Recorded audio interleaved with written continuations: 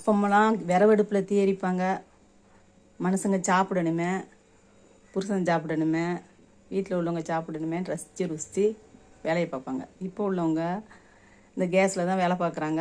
ஆனால் ஒன்று ஃபோனை நோண்டிக்கிட்டே வேலை பார்க்குறாங்க, அப்படி இல்லைன்னா பிள்ளைய தூக்கி வச்சுக்கிட்டே வேலை பார்க்குறாங்க. அவங்களுக்கெல்லாம் தான் இந்த பதிவு.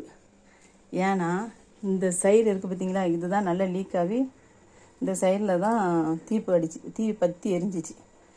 தீ பற்றும்போது ஃபோட்டோ எடுக்கலாம்னு நினச்சேன். அப்புறமா நான் போய் சேர்ந்துடக்கூடாது ஃபோட்டோ எடுக்கின்ற ஆர்வத்தில். எப்போவுமே ஃபோன்லாம் வெடிக்குதுன்னு சொல்கிறாங்க. அதனால் நான் உஷாராக என்ன பண்ணேன்னா, இந்த இதை கீழே ரெகுலேட்டர் இருக்குது பார்த்தீங்களா, கீழே இதை ஆஃப் பண்ணிட்டேன். ஆஃப் பண்ணிட்டு தான் இப்போ நான் வீடியோ எடுத்து காமிக்கிறேன் உங்களுக்கு. அதனால் வேலை பார்க்குறவங்க கவனமாக வேலை பாருங்க. இது எங்கள் வீட்டு கேஸு, சரியா? இது நேரத்துலேருந்து என்னன்னு தெரில, பற்றி தீ பிடிக்குது. இப்படி தான் அடுப்பு எரிஞ்சிக்கிட்டு இருக்கு. ஆனால் இந்த சைடு லீக் ஆகுதா என்னன்னே தெரியல.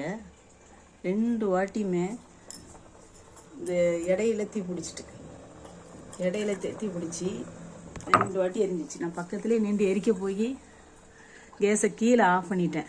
இல்லாட்ட என்ன ஆகுறது? உங்கள் வீட்டில் அப்படி யாருக்காவது கேஸு டக்குன்னு பிடிச்சிட்டுனா டக்குன்னு இந்த ரெகுலேட்டரை நீங்கள் ஆஃப் பண்ணிடுங்க.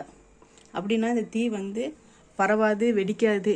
அதனால் கொஞ்சம் எப்போவுமே கேஸ் பற்றினா எச்சரிக்கையாக இருங்க.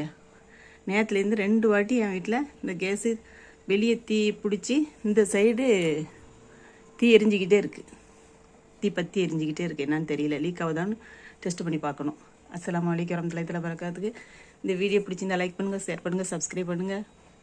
5 ஸ்டார் சேனலுக்கு ஆதரவு கொடுங்க. அஸ்ஸலாமு அலைக்கும், பாய். நல்ல இந்த வயரை அந்த கம்பியோடு சேர்த்து நல்ல டேப் போட்டு ஒட்டி வச்சாச்சு.